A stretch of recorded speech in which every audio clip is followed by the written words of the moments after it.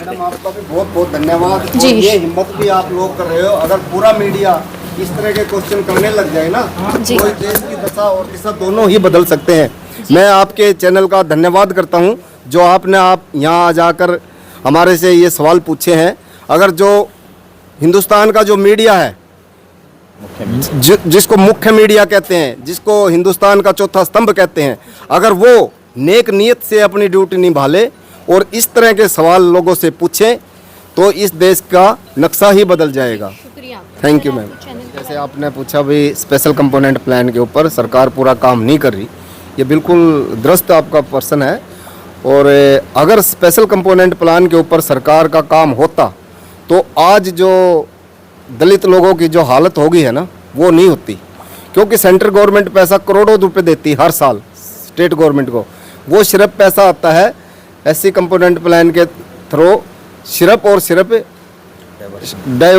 इसके दलित लोगों के उत्थान के लिए। जी। सरकार क्या करती है, जैसे भाई एक गांव है, अप्रोच रोड जा रहा है, वहाँ एक रोड बन रहा है और उस गांव में 5-4 घर दलित के हैं। सरकार ये कह के भाई इस गांव में भी दलित रहते हैं, उस रोड पे लाखों रुपए खर्च कर देती है। जबकि सरकार की ड्यूटी बनती है कि भाई उस गांव को फैसिलिटी देना सरकार का काम है। उसमें दलित नहीं रह रहे, उसमें और भी कास्ट के लोग रह रहे हैं। परंतु सरकार की ये ऐसी मेंटलिटी हो गई है, भाई ये पैसा इन लोगों पर खर्च ना होके और दूसरे कामों में लगे, जैसे कि पैसे को डाइवर्ट कर देना, लेफ्ट कर देना। ये सरकार की नीति बन चुकी है। हम इसके ऊपर काम कर रहे हैं।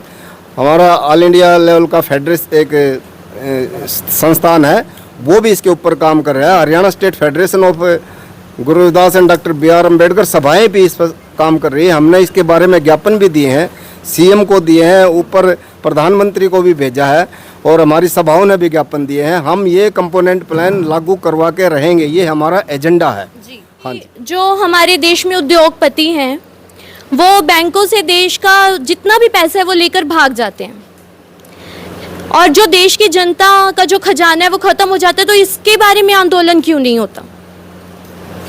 जी। ठीक है, आपने बात बिल्कुल ठीक की है। बड़े बड़े उद्योगपति देश का पैसा लेकर भाग जाते हैं।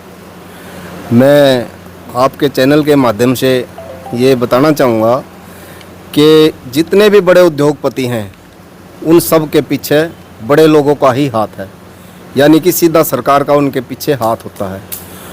हमारे बहुजन समाज के लोगों को तो ना तो इतनी सुविधाएं मिलती कि वे अच्छे प्रोग्राम सेटअप कर सकें, और वो भाग भी पैसे लेकर जो भाग गया, जैसे नीरव मोदी है और कई लोग हैं, माल्या है, तो वो पैसा किसका था? वो जनता का पैसा था, वो उनका पैसा नहीं था। वो बैंक के माध्यम से उन्होंने लोन लिया और वो पैसा लेकर भाग गए, तो वो सारा इम्पैक्ट हमारे गरीब समाज पे ही पड़ेगा। सरकार ने कोशिश नहीं करी उनको लाने की, उनको बचाने की, अपने देश का पैसा सेव करने की, तो वो लोग भाग गए। तो अब जो लोग हैं गरीब, वो बेचारे क्या कर सकते हैं?